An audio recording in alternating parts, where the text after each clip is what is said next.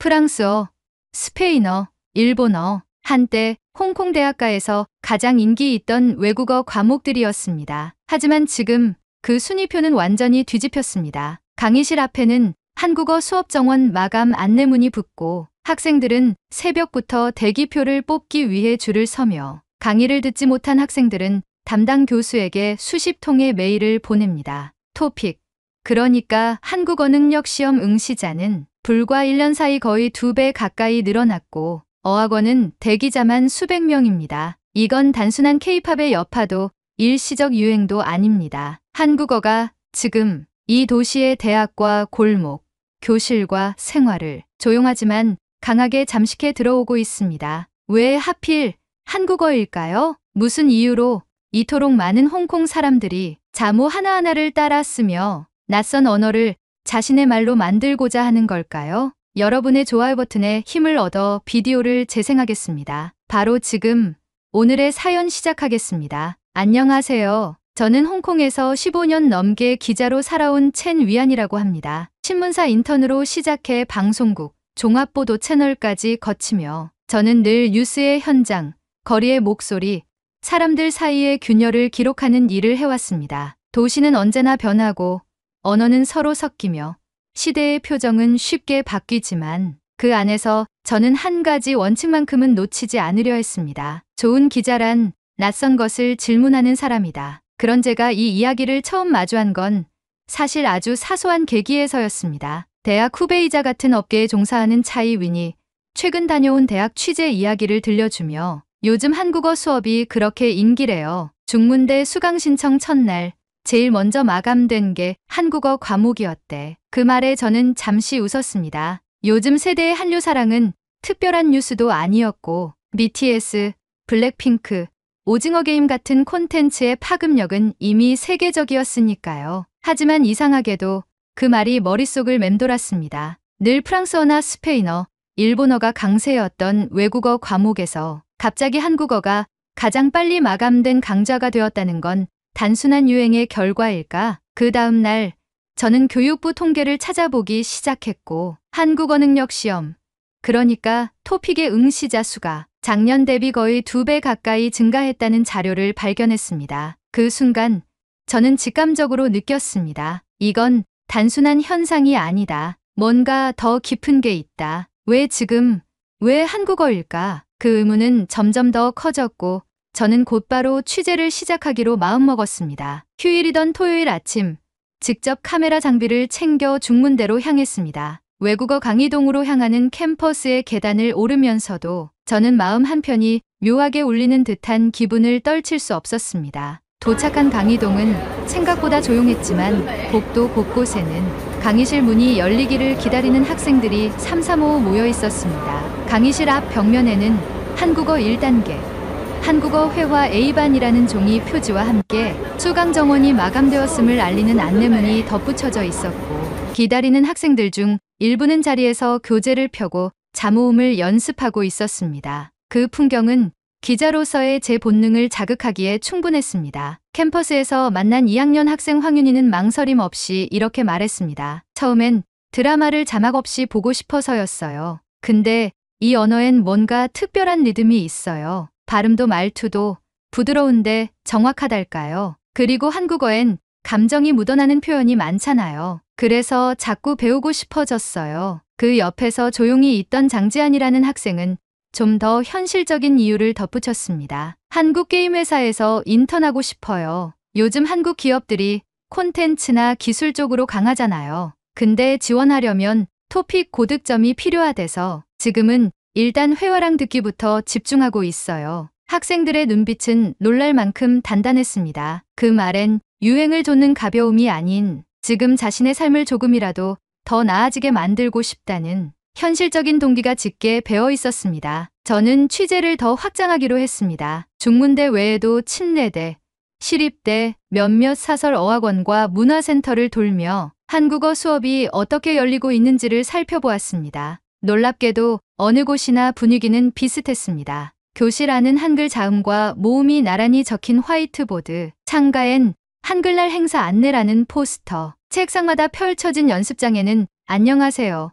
이것은 무엇입니까? 같은 문장이 반복되어 있었습니다. 수업이 끝난 뒤 저는 학생들과 자연스럽게 이야기를 나누었고 그들의 목소리 속에서 발견한 공통된 감정은 닫고 싶음이었습니다. 누군가는 한국 영화를 자막 없이 보고 싶다고 했고 누군가는 한국 친구를 사귀고 싶다 했으며 또 누군가는 그냥 이 언어가 주는 분위기가 좋다고 했습니다. 한 어학원에서는 강의 전 조용히 발음 연습을 하던 청년이 이렇게 말했습니다. 말은 도구잖아요. 근데 저는 한국어는 그냥 말이 아닌 것 같아요. 왠지 사람 자체를 닮았달까? 뭔가 이해받고 싶은 느낌이 들어요. 그 말은 그날 밤까지도 제 머릿속에서 떠나지 않았습니다. 그렇습니다. 저는 그때부터 이 이야기를 수치나 열풍이라는 단어로 정의할 수 없게 되었습니다. 이건 언어를 통해 사람을 향해 걷는 이야기였습니다. 그날 밤 저는 노트 맨 뒤쪽에 이렇게 적었습니다. 단순한 유행이라기엔 이들의 눈빛은 너무 오래 타오르고 있다. 그리고 나는 그 눈빛의 안쪽이 궁금해졌다. 취재를 거듭할수록 저는 점점 더 혼란스러워졌습니다. 처음에는 한류에 따른 일시적 열풍 혹은 이색 트렌드를 소개하는 가벼운 취재라고 여겼습니다. 하지만 대학 강의실, 어학원, 문화센터를 돌며 만나는 사람들의 눈빛과 목소리는 단 한 번도 가볍지 않았습니다. 그들의 말에는 단순한 흥미나 유행이 아니라 삶의 방향을 바꾸고 싶다는 간절한 의지가 실려 있었고 저는 마치 번역할 수 없는 마음의 결을 카메라를 사이에 두고 오롯이 마주하고 있다는 느낌을 받았습니다. 그 중에서도 가장 인상 깊었던 장소는 중문대 한국어 교육문화원이었습니다. 대학 캠퍼스 가장 높은 언덕 끝에 자리 잡은 이 건물은 외견상 평범한 강의실처럼 보였지만 그 내부에는 어떤 이정표처럼 단단한 역사가 서려 있었습니다. 정갈하게 정리된 교재 선반, 복도 벽면을 가득 채운 학생들의 한글 시구, 한국어 말하기 대회 수상작 전시라고 적힌 유리 게시판까지. 그곳은 언어를 배우는 공간이 아니라 타인을 이해하려는 마음이 차곡차곡 쌓인 공간처럼 느껴졌습니다. 그 안에서 저는 원장 이수경 씨를 만났습니다. 차분한 말투에 또렷한 눈매를 가진 그는 이 교육원이 처음 생긴 2002년 단 7명의 수강생과 함께 수업을 시작했다고 말했습니다. 처음엔 그냥 스터디 그룹이었어요. 겨울연가 방영 직후였는데 몇몇 학생들이 직접 찾아와 한국어로 드라마를 보고 싶다고 했죠. 그게 계기가 되어 정식 강좌를 열었고 이듬해엔 수강생이 100명을 넘었어요. 그는 교재가 없어 일일이 프린트를 만들던 시절을 회상하며 웃었고 그때는 제가 칠판에 자음과 모음을 직접 쓰고 학생들한테 하나하나 따라 읽게 했죠. 매주 수업 끝나면 손목이 뻐근했어요. 라고 덧붙였습니다. 이수경 씨는 더 이상 단순한 교육자가 아니었습니다. 그는 말 그대로 한국어와 홍콩을 잇는 다리를 맨손으로 쌓아 올린 사람이었습니다. 저는 그의 이야기를 들으며 문득 언어는 기술이 아니라 신념일 수 있구나라는 생각을 하게 되었습니다. 수업이 한창인 옆 강의실에서는 직장인 대상 주말반이 진행 중이었습니다. 오전 9시가 조금 넘은 시간이었지만 교실 안은 이미 발음 연습 소리로 가득 찼습니다. 회사 노트북을 가방에 넣은 여성, 유니폼 바지에 운동화를 신은 젊은 기사, 그들은 각자의 바쁜 일상 속에서 이 시간을 온전히 한국어에 내어주고 있었습니다. 쉬는 시간, 문법 노트를 펼쳐 제게 보여준 쉬정민 씨는 콜센터에서 야간 근무를 마치고 곧장 이곳으로 왔다고 했습니다. 한국 회사에 입사하고 싶어요. 지금은 번역 앱도 있지만 전 그냥 진짜로 이해하고 싶어요. 그 나라 말을 직접 알아듣고 제 생각도 말하고 싶어요. 그의 말은 짧았지만 저는 그 속에서 언어라는 게 단지 기능이 아니라 존중이라는 사실을 느꼈습니다. 누군가의 말에 귀를 기울이고 싶고 그 사람이 사는 세상을 이해하고 싶다는 그 마음이 이 교실을 지탱하고 있었습니다. 며칠 뒤 저는 홍콩 문화센터에서 열린 한국어 말하기 대회 예선을 취재하게 되었습니다. 대회장에는 초등학생부터 70대 어르신까지 다양한 연령의 참가자들이 모여 있었고 무대에 오를 차례를 기다리며 작은 종이에 원고를 되뇌는 모습이 인상적이었습니다. 한 초등학생은 처음 먹은 김치찌개가 너무 매웠지만 이젠 엄마가 만들어줘요 라고 발표했고 7순이 넘은 할머니는 대장금을 보고 기억합니다라는 말을 배웠다고 말하며 눈물을 글썽였습니다. 대회가 끝난 뒤 저는 초등학생 대상 한국어 방과 후 수업도 촬영하게 되었습니다. 칠판 앞에서 안녕하세요를 따라 읽는 아이들의 목소리는 발음이 서툴렀지만 그 속엔 놀라운 집중력이 담겨 있었습니다. 수업이 끝난 뒤 아이들은 교실 문을 나서며 선생님, 고마워요. 다음 주에도 봐요. 라고 또박또박 인사했습니다. 그 말들이 제 가슴을 울렸습니다. 그들은 한국어를 배우는 게 아니라 고마움을 말할 수 있는 언어를 배우고 있었던 겁니다. 지하철을 타고 돌아오는 길, 저는 창밖을 바라보다 문득 생각했습니다. 지금 내가 보고 있는 건 언어가 아니다. 이건 마음이다. 마음이 움직인 끝에 언어가 따라오고 그 언어는 또다시 다른 사람을 이해하려는 다리가 된다. 그날 밤 수첩 가장자리 한쪽에 이렇게 적었습니다. 입으로만 배우는 언어는 오래가지 못한다. 마음으로 붙잡은 언어만이 끝내 남는다. 취재를 시작한 지 어느덧 한 달이 가까워지고 있었습니다. 수많은 인터뷰와 강의 촬영, 어학원과 문화센터 방문까지 자료는 넘치도록 쌓였고 영상도 충분했습니다. 하지만 이상하게도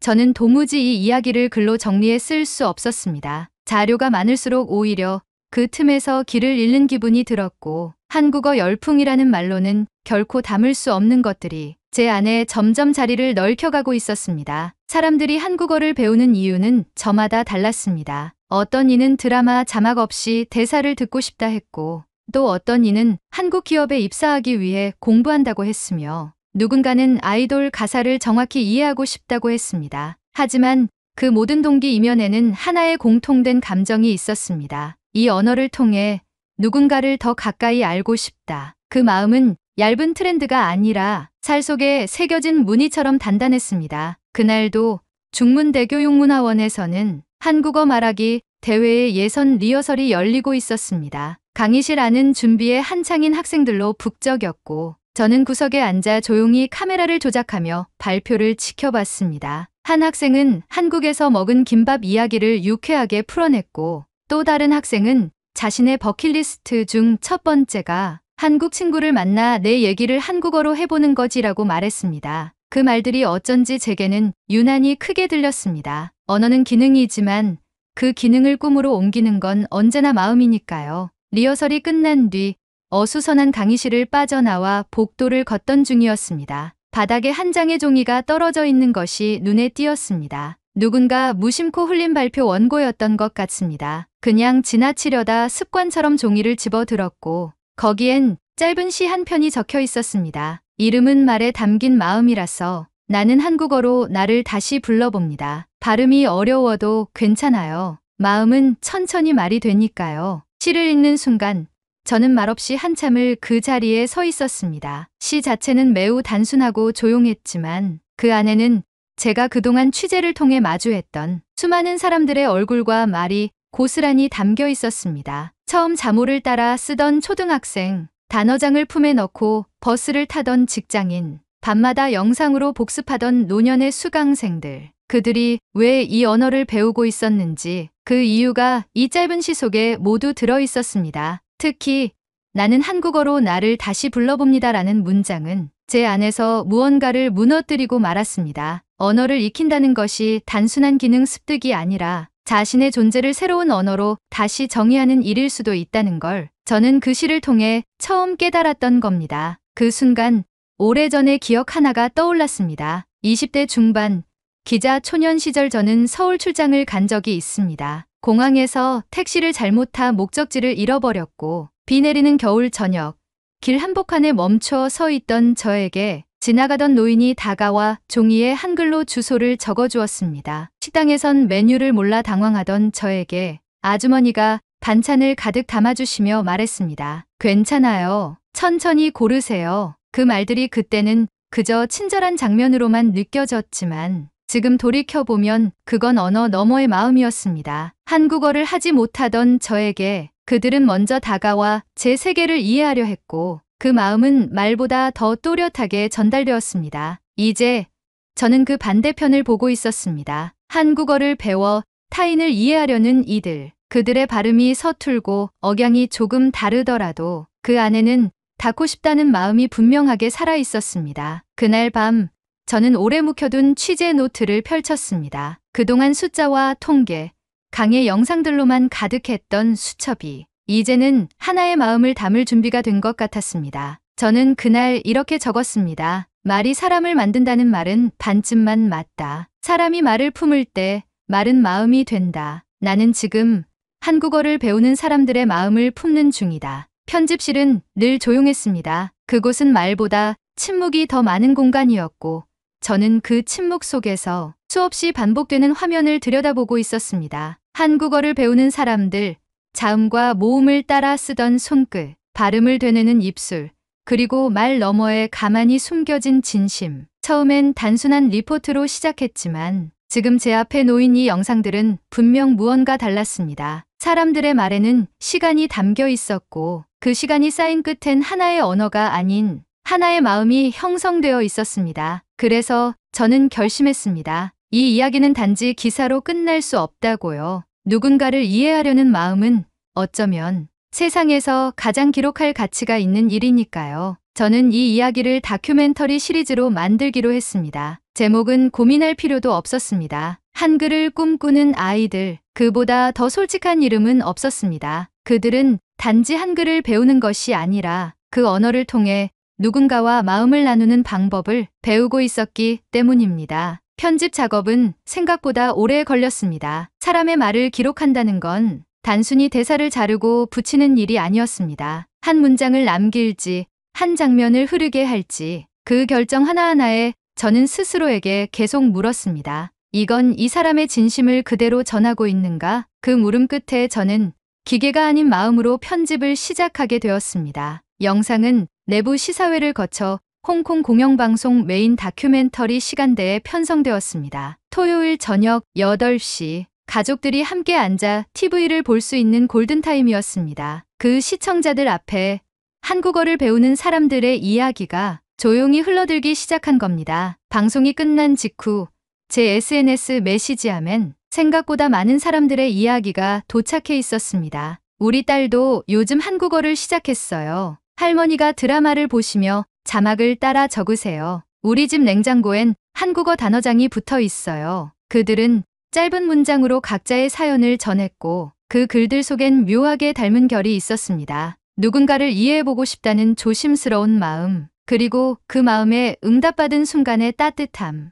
며칠 뒤 말하기 대회에 나섰던 한 학생이 저를 찾아왔습니다. 조금은 쑥스러운 얼굴로 그는 말했습니다. 기자님, 영상 나가고 며칠 뒤에 한국에서 한 학생한테 메일이 왔어요. 그 메일을 쓴 이는 경기도에 사는 여고생이었습니다. 영상 속시를 보고 감동을 받았다고 했고 이메일 마지막에는 이런 제안이 적혀 있었습니다. 혹시 저랑 언어 교환을 해보실래요? 저는 당신에게 한국어를, 당신은 저에게 광둥어를 알려주면 좋겠어요. 우리 서로의 말을 배우면서 서로의 마음도 알게 되지 않을까요? 그 말을 듣는 순간 저는 잠시 말을 잃었습니다. 취재 중 수없이 들었던 단어들보다 그 이메일 한 통이 더 강력하게 이 다큐멘터리의 의미를 증명해주고 있었습니다. 이건 그저 이야기 하나로 끝날 수 있는 일이 아니었습니다. 말과 말, 마음과 마음이 이어지는 작고 확실한 움직임이 시작되고 있었던 겁니다. 그 연결은 곧 퍼져나갔습니다. 한국어를 배우는 홍콩 학생들 사이에서 온라인 언어 교환 플랫폼에 가입이 늘기 시작했고 처음엔 낯설어하던 학생들도 하나둘씩 영상통화로 인사를 나누고 짧은 문장을 주고받기 시작했습니다. 오늘 뭐 먹었어요? 날씨가 좋아요. 피곤하지만 기뻐요. 서툰 문장이었지만 그 안엔 정확한 감정이 담겨 있었습니다. 어떤 언어든 말이 되는 데는 시간이 걸립니다. 하지만 이해하려는 마음은 그보다 훨씬 빠르게 상대를 향해 다가간다는 것을 저는 처음으로 깨달았습니다. 기자 생활을 하며 수많은 이야기를 기록해왔습니다. 정치와 경제, 갈등과 해결, 그 모든 사연 속에서도 이토록 조용하고 이토록 확실하게 사람을 움직이는 이야기는 드물었습니다. 그날 이후 저는 거리에서 들리는 한국어에 한 번 더 귀를 기울이게 되었습니다. 마트에서 감사합니다라는 소리가 들릴 때, 카페에서 안녕하세요라고 인사하는 이들이 있을 때, 저는 그 소리가 낯선 말이 아니라 누군가가 누군가를 이해하고자 하는 첫 번째 인사처럼 느껴졌습니다. 방송 마지막 내레이션을 녹음할 때 저는 이런 문장을 조용히 덧붙였습니다. 홍콩의 거리에선 이제 감사합니다라는 말이 익숙해졌다. 언어는 입으로만 배우는 게 아니었다. 누군가를 이해하려는 마음, 그게 한글의 시작이었다. 오늘의 사연은 여기까지입니다. 여러분이 생각하는 한글의 장점을 댓글로 남겨 감동 비디오의 마지막을 장식해주세요. 오늘의 비디오가 공감이 되신다면 구독, 좋아요 한 번씩 부탁드리겠습니다. 그리고 여러분의 댓글은 제게 큰 힘이 됩니다. 다음엔 더 흥미로운 사연으로 여러분을 찾아뵙겠습니다. 시청해주셔서 감사합니다. 시드니 국제공항 입국 심사대 한 켠이 막혀있고 출입국 관리소 직원들과 한 동양인 여성이 막혀있는 심사대 앞에 서 있습니다. 관리소 직원의 손에 들려져 있는 것은 다름 아닌 한국 여권인데요. 도대체 한국 여권을 가지고 있던 여성에게 무슨 일이 있었던 것일까요? 바로 지금 사연을 들어보겠습니다. 오늘의 사연 시작합니다. 안녕하세요. 저는 시드니에서 거주하며 시드니 국제공항에서 입국 심사 업무를 맡고 있는 케이틀린이라고 합니다. 시드니 외곽의 도버 하이츠라는 지역에 살고 있는데 이곳은 공항까지 이동이 편리하면서도 조용한 환경이라 공항에서 일하는 저에겐 최적의 장소죠. 사실 저는 가족과 함께 도버 하이츠에서 어린 시절부터 지금까지 살아왔어요. 도버 하이츠는 높은 언덕에 위치해 있어 어린 시절 집 창문 밖으로 보이는 비행기들을 보며 항공업에 대한 꿈을 키워나갔었어요. 그리고 도버 하이츠 인근에는 시드니에서 유명한 해변인 본다이 비치가 있어 매일같이 세계 각국에서 오는 여행객들을 만날 수 있었죠. 수많은 여행객들이 오가는 동네에서 비행기가 떠다니는 모습을 보던 제가 이젠 시드니 국제공항에서 직접 여행객들을 맞이하는 업무를 보게 된 셈이죠. 사실 비행기 승무원을 하고 싶은 마음이 더 컸지만 제 성장 발육은 꿈꿔온 목표까지 크지 않았다는 것만 알아두시면 좋을 것 같습니다. 호주는 세계적으로 인기 있는 여행지로 그레이트 베리어 리프나 울룰루 같은 유네스코 세계유산부터 시드니 오페라 하우스와 같은 유명 랜드마크까지 다양한 매력을 갖추고 있습니다. 특히 깨끗한 해변, 광활한 국립공원과 자연 보호구역들이 많아 자연을 사랑하는 관광객들에게는 더할 나위 없이 매력적인 곳이죠. 그리고 호주 하면 빠질 수 없는 캥거루와 쿼카, 호주를 대표하는 동물들의 귀여움에 수많은 관광객들이 공항을 떠날 때마다 가방에 쿼카나 캥거루 인형을 메고 모자 등을 착용하고 귀국하는 모습을 볼 때면 마음이 한결 뿌듯하답니다. 시드니 국제공항은 호주의 대표적인 국제관문으로 매년 약 4,200만 명 이상의 방문객들이 오가는 대형 공항이에요. 지금 한국은 가을이죠. 한국의 11월은 조금 쌀쌀하다고 들었어요. 이렇게 아시아에 겨울이 다가오는 시점을 기준으로 해서 아시아 여러 나라에서도 호주를 자주 찾아옵니다. 저희 호주는 남반구에 위치하고 있기 때문에 12월에서 2월은 여름이거든요. 말 그대로 여행 성수기죠. 아시아 국가에서 추운 겨울을 피하려는 여행객들이 따뜻한 남반구의 호주를 찾아오며 이 시기에는 시드니와 멜버른 같은 대도시가 사람들로 붐벼요. 덕분에 시드니 국제공항은 활기찬 여행객들로 가득 차곤 한답니다. 사랑하는 호주의 관문을 지키는 사람으로서 해외에서 관광객이 올 때마다 각 나라의 문화에 관심이 가게 되었습니다. 그중 한국과 일본의 관광객들에게 더 큰 관심이 생겼죠. 한국과 일본에서 온 공항객들은 아시아를 대표하는 여행객 같아요. 항상 밝은 미소와 친절하고 젠틀한 말투, 영어에 능통한 모습을 보였고 호주에 대한 기대감을 가득 안고 있는 눈빛을 볼 때마다 자연스레 제 마음도 풀리죠. 그런데 전 유독 한국에 더 마음이 끌립니다. 아니, 사랑해요. 제 동생 올리버가 한국의 K-팝의 진심인 녀석이라 저도 덩달아 K-팝을 즐기게 되었는데 BTS의 음악을 듣고 바로 빠져버렸죠. 팬클럽도 가입하고 열렬하게 한국을 응원하게 되었어요. 저는 공항에서 BTS의 나라에서 온 한국인들을 볼 때마다 부럽다는 생각을 하게 되었어요. 우리 오빠들과 같은 나라, 같은 땅에 있는 거잖아요. 단순히 개인적으로 한국을 좋아하는 마음도 있긴 하지만 지금 호주에서는 한국의 문화 컨텐츠의 인기가 매우 높습니다. 한국의 컨텐츠를 소비하는 계층도 늘어났고 호주의 몇몇 상점은 한국어를 메뉴에 부가적으로 적어놓기도 합니다. 한국에서 호주 출신 아이돌들이 이름을 떨칠 때마다 기분이 좋았죠. 아파트라는 노래로 전 세계를 떠들썩하게 만드는 블랙핑크의 로제 아시죠? 로제의 인기는 하늘을 찌릅니다. 저희 엄마가 음식을 하시며 엉덩이를 흔들며 아파트라고 리듬을 타는 모습부터 말 다 했죠. 그리고 또 다른 K-팝 아이돌 뉴진스의 한유와 다니엘, 그리고 최근 제 동생 올리버가 반 미쳐있는 엔믹스의 릴리까지 한국의 K-팝 문화가 호주에 깊숙이 뿌리를 내리고 있어 한국이라는 나라가 너무 친근해졌어요. 그렇게 호주를 방문하는 아시아 관광객들이 많아지기 시작하던 지난주의 일이었습니다. 얼마 전 평범한 날이었던 그날 역시 저는 입국 심사대에서 여행객들의 여권과 입국 목적에 대해 물어보고 있었죠. 그러다 다음 대기자가 아시아계 관광객으로 보여서 저는 한국인일까 하는 기대를 갖고 그녀를 맞이할 준비를 하고 있었어요. 자신감 있는 표정으로 다가온 여성은 단정한 옷차림에 한국 여권을 쥐고 제 앞에 섰죠. 저는 한국인이라는 것을 확신하고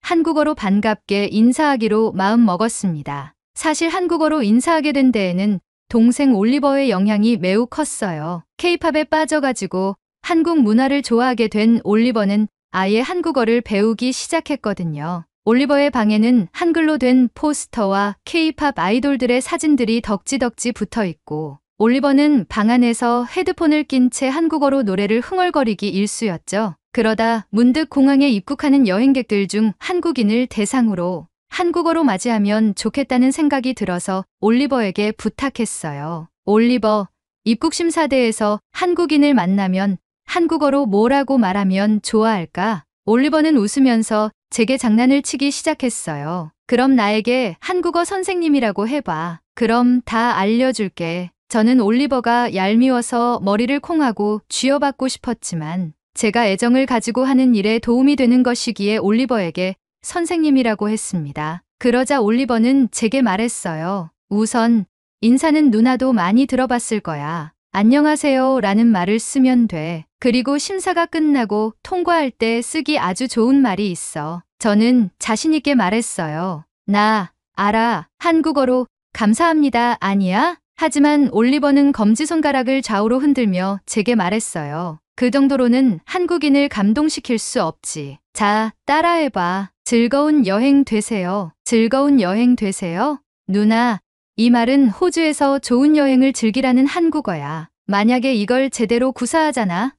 그럼 한국인들 엄청 감격할걸? 저는 올리버의 말을 듣고 아주 좋은 문장이라고 생각했어요. 한국인이 타국 여행을 와서 현지인에게 한국어로 즐거운 여행 되세요 라는 말을 들으면 엄청 행복할 것 같았죠. 저는 그렇게 열심히 연습에 매진했고 올리버가 발음도 체크해주며 안녕하세요와 즐거운 여행 되세요를 구사할 수 있게 되었어요. 그 말들을 한국인들에게 사용해 봤을 때 올리버가 예상한 대로 수많은 한국인들이 제게 감사의 표시를 했어요. 그 모습에 저도 마음이 뿌듯했죠. 그래서 저는 여느 때와 다름없이 자연스럽게 한국어로 안녕하세요 라고 밝게 인사를 건넸습니다. 그런데 예상과는 달리 그 여성은 잠시 멈칫하며 당황한 표정을 지었습니다. 어색한 미소를 띤 채 안녕하세요라고 답했는데 이때까지 들어보지 않은 어눌한 발음이라 이상했고 표정 또한 지나치게 당황한 것처럼 보였습니다. 평소에 한국 관광객들이 보이는 자연스러운 반응과는 전혀 다른 모습이었죠. 대부분의 한국인들은 제가 한국어로 인사하면 우선 놀라는 게 첫 번째고 두 번째로 반갑게 웃으며 한국어로 인사를 하곤 했는데 이 여성은 주저하며 어딘가 불편해 보였죠. 우선 저는 여권을 달라고 했고 그녀는 여권을 제게 내밀었습니다. 여권과 신분증 사진도 본인과 일치해 보였고 서류에도 전혀 문제가 없어 보였습니다. 혹시 단순히 긴장했나 싶어 긴장을 풀어드릴 겸 더욱 밝은 목소리로 안녕하세요를 다시 한번 했지만 이번에 여성은 식은땀까지 흘리며 서툰 발음으로 감사합니다라고 했습니다. 이쯤 되니 제 속에 뭔가 의심이 스멀스멀 올라왔습니다. 조금 더 확인이 필요하겠다는 생각에 저는 호주에 오신 목적이 무엇인가요? 라고 영어로 물었습니다. 그러자 그녀는 화들짝 놀라더니 갑자기 고개를 숙이며 대답을 더듬거렸고 시선은 여권을 쥐고 있는 제 손으로 떨어져 있었습니다. 그녀의 모습에서 불안감이 감돌았고 마치 빨리 이 상황을 벗어나고 싶은 듯 보였습니다. 저는 그런 여성의 모습에 점점 의심이 커져갔죠. 마음을 다잡고 그녀에게 다시 혹시 여행이신가요? 라고 물었지만 그녀는 머뭇거리며 제대로 대답하지 못했습니다. 불안한 표정과 주저하는 말투, 어색한 반응에 저는 더 이상 혼자 판단할 상황이 아니라고 느꼈습니다. 직감적으로 출입국 관리소 직원들에게 도움을 요청했고 직원들이 그녀에게 다가가자 여성의 당황한 표정은 더욱 굳어졌습니다. 출입국 관리소 직원 중 제이미가 여성에게 다가와 말을 걸었습니다. 그녀는 급격히 안색이 변하며 고개를 푹 숙인 채 쏘리라고 말했습니다. 그 순간 공기마저 무겁게 느껴졌고 저 역시 상황을 예의주시하며 숨을 죽였죠. 제이미는 심사대 창구를 막고 뒤이어 대기 중인 관광객들을 다른 심사대로 안내할 수 있도록 통제 라인을 설치했고 제게 여권을 보여달라고 했습니다. 저는 여권과 신분증, 서류를 내밀었고 제이미는 여권을 꼼꼼하게 살펴보기 시작했습니다. 저는 여성을 쳐다보고 있었는데 여성은 시선을 피하려는 듯 눈을 깔고 조심스레 뒤로 한 발짝 물러섰습니다. 조용히 그 과정을 지켜보던 제 마음도 불안감으로 요동쳤습니다.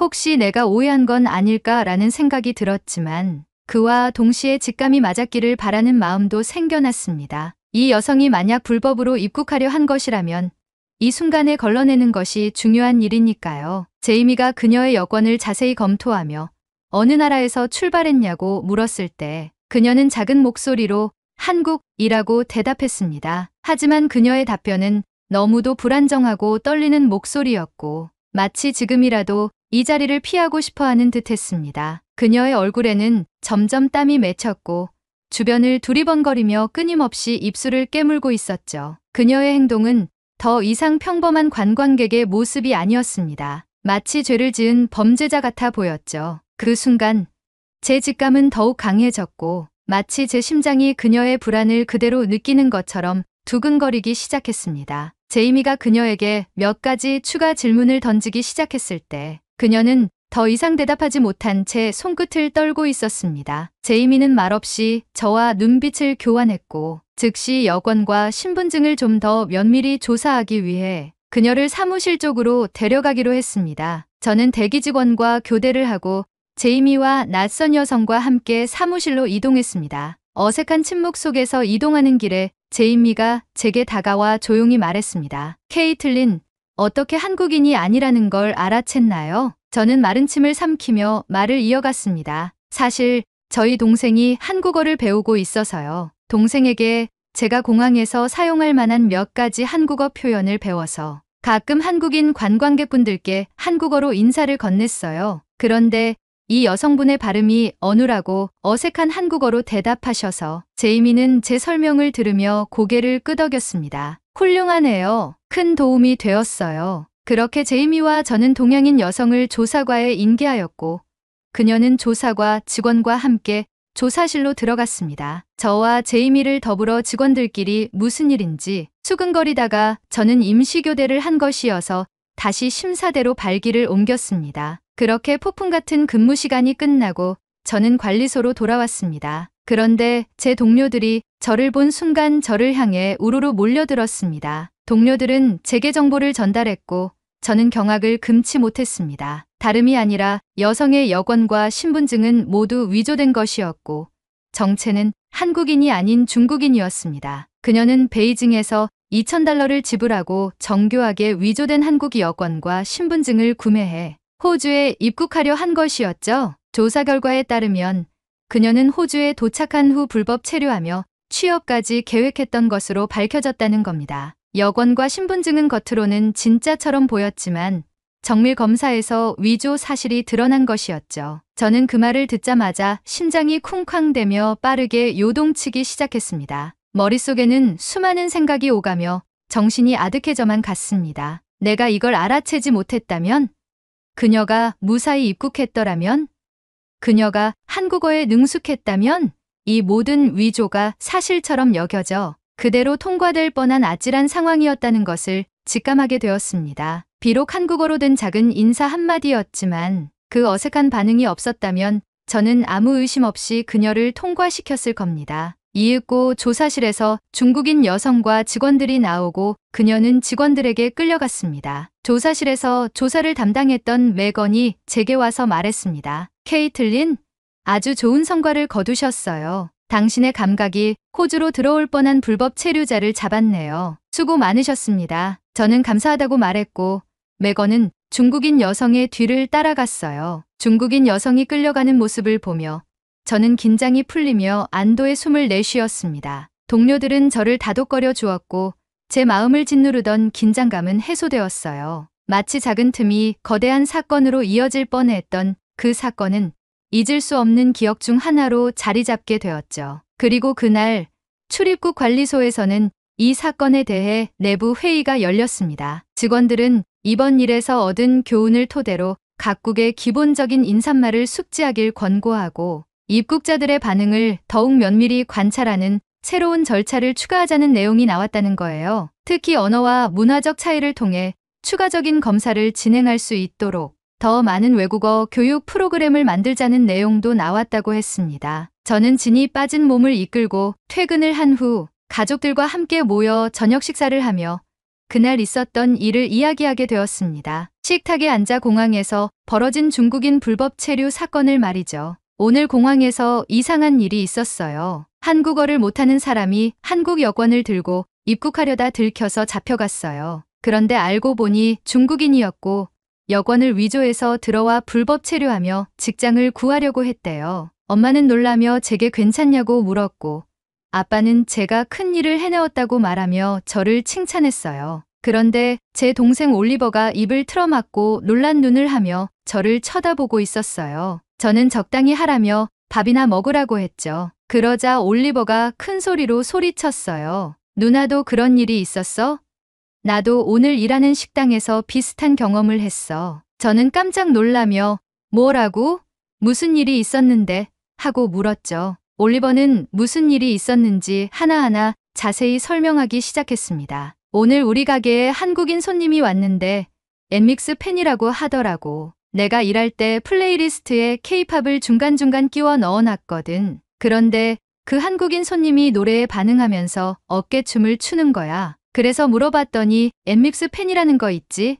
반가운 마음에 내가 서비스도 좀 챙겨주고 한국어로 소통도 하면서 즐겁게 대해줬어. 그런데 그 손님 옆 테이블에 있던 다른 동양인 손님이 갑자기 다가오더니 한국어로 나도 한국인이니까 서비스 줘라고 하는 거야. 근데 말투가 좀 이상했어. 저는 올리버의 이야기에 점점 더 흥미가 생겼습니다. 뭐가 이상했는데? 한국어에는 존칭이라는 게 있잖아. 상대방을 높일 때 쓰는 말인데 그 손님은 그런 표현을 하나도 안 쓰더라고. 한국 사람이라면 기본적으로 상대를 존중하는 말투를 쓸 텐데 뭔가 어색하고 어딘가 어울리지 않는 한국어였어. 온 가족은 모두 집중해서 올리버의 이야기에 몰입하기 시작했죠. 올리버는 잠시 고민하는 표정을 짓더니 말을 이어갔습니다. 그래서 순간 의심스러워서 내가 한국어로 뭐 먹고 싶어? 라고 해봤어. 근데 그 사람이 갑자기 당황하면서 아무 말도 못하는 거야. 그래서 내가 다시 한번 물었지.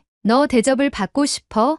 라고 말이야. 그런데 그 동양인이 갑자기 안녕하세요 라고 하는 거야. 올리버의 말을 들은 가족들은 다들 웃음을 터뜨렸고 저도 정말 재미있어서 올리버에게 물었습니다. 그래서 어떻게 됐는데? 올리버는 장난스러운 미소를 지으며 대답했습니다. 내가 영어로 너 한국인 아니지? 라고 물어봤더니 그 사람이 쏘리 하면서 자기 자리로 돌아가는 거 있지. 가족들은 모두 빵하고 웃음을 터뜨렸고 저도 어이가 없어서 웃음을 터뜨렸습니다. 올리버는 한층 신이 나서 얘기를 이어갔어요. 일본인들 중에서도 한국어를 쓰는 사람들이 있기는 한데 일본인들도 한국어를 할 때 존칭을 쓰거든?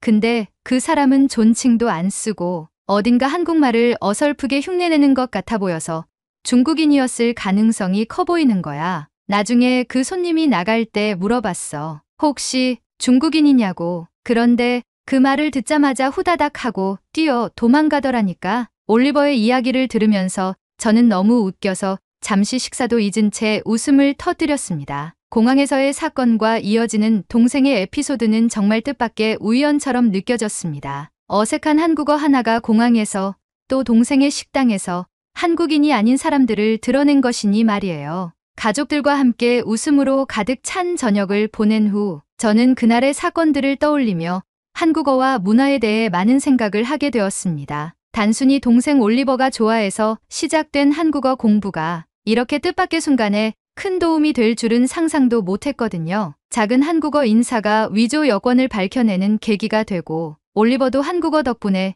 그 손님의 진짜 국적을 짐작할 수 있었으니 말이죠. 며칠 후 공항에 돌아가 보니 이번 사건을 계기로 새로운 일들이 벌어지기 시작했어요. 입국 심사대에 들어가는 동료들이 각 나라의 인사말을 자연스럽게 익히려고 노력하게 되었고 각국의 인사말을 입국 심사대의 발음기호로 부착하자는 내용까지 나왔다고 해요. 작은 문화적 차이가 큰 단서를 줄 수 있다는 것을 깨닫게 된 거죠. 저도 이번 사건을 통해 더 다양한 언어와 문화를 배우고 익히는데 관심을 가지려고 하고 있습니다. 그리고 올리버는 저에게 다시 한번 같이 한국어를 제대로 배우자고 제안했습니다. 저도 흔쾌히 받아들이게 되었죠. 이제는 한국어를 좀 더 배워서 더 많은 한국인 관광객들을 맞이할 때 간단한 인사말을 넘어 조금 더 깊은 대화를 나눌 수 있다면 더욱 즐거울 것 같아요. 호주에서는 이미 한국 문화가 대중적이고 많은 사랑을 받고 있고 저도 K-팝을 좋아하는 동생과 함께 한국 컨텐츠를 더욱 더 즐기며 생활하려 합니다.